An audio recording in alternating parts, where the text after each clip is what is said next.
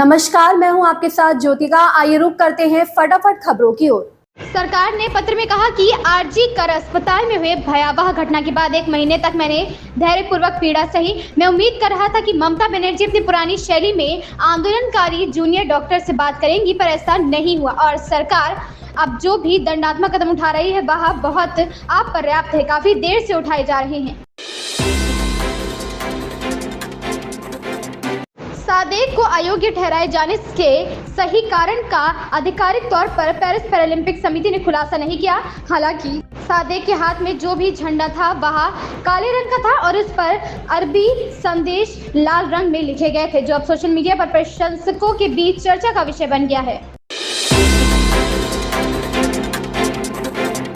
CM Yogi Adityanath ने रविवार को अम्बेडकर नगर में कहा कि सत्ता में आने के लिए सपा षड्यंत्र रच रही है। जाति के नाम पर लोगों को बांटने की कोशिश की जा रही है। सीएम बोले कि सपा सरकार में जो जितना बड़ा गुंडा होता था उसको उतना बड़ा ओहदा मिलता था।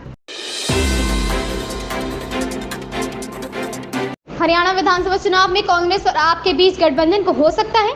चर्चा है कि गठबंधन को लेकर कई दौरे की बैठक हो चुकी है, लेकिन कई सहमति नहीं बन पाई है। इस बीच आप के विधायक सोमनाथ भाटी ने सोशल मीडिया एक्स पर कहा कि हरियाणा में आप कांग्रेस गठबंधन से पहले आपको लोकसभा चुनाव के दौरान दिल्ली में बने इसी तरह की गठबंधन की प्रभावशीलता का मूल्यांकन करना चाहिए।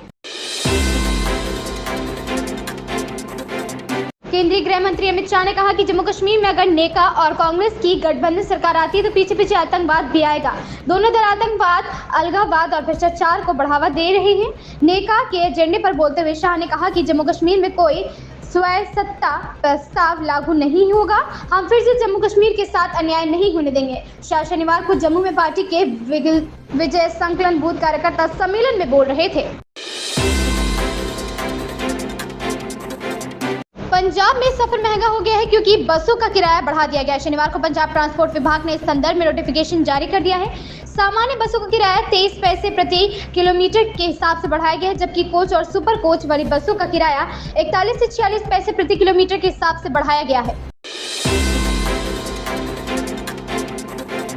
भारत के ऊर्जा उत्पादन और ट्रांसमिशन सेक्टर में आने वाले दिनों में जबरदस्त विकास देखने को मिलेगा और यह साल 2030 तक बढ़कर 280 अरब डॉलर हो सकता है। अमेरिकी फर्म जेफरीज ने अपनी ताज़ा रिपोर्ट में दावा किया है कि रिपोर्ट में कहा गया है कि भारत में जैसे जैसे विकास दर बढ़ रही है वैसे ही ऊर्जा की खपत भी बढ़ेगी। रिपोर्ट के अनुसार भारत का ऊर्जा उत्पादन और ट्रांसमिशन सेक्टर वित्तीय वर्ष 2017 से 2023 की तुलना में वित्तीय वर्ष 2024 से 2030 तक बढ़कर दोगुना यानी कि करीब 280 अरब डॉलर तक हो सकता है। दरभंगा में डीएमसीएच के सुपर स्पेशलिटी हॉस्पिटल के उद्घाटन समारोह के दौरान केंद्रीय स्वास्थ्य मंत्री जेपी नड्डा ने सामने बिहार सरकार के समाज कल्याण मंत्री मदन साहनी ने उनके सामने ही स्वास्थ्य सेवाओं की पोल खोल दी। उसको खोलकर उद्घाटन समारोह की किरकिरी कर दी। उन्होंने सभा को संबोधित करते हुए कहा कि पटना से मरीज जो को सुविधा उपलब्ध कराने को भेजा जाता है वह दरभंगा के मरीज तक नहीं पहुंच पाती है।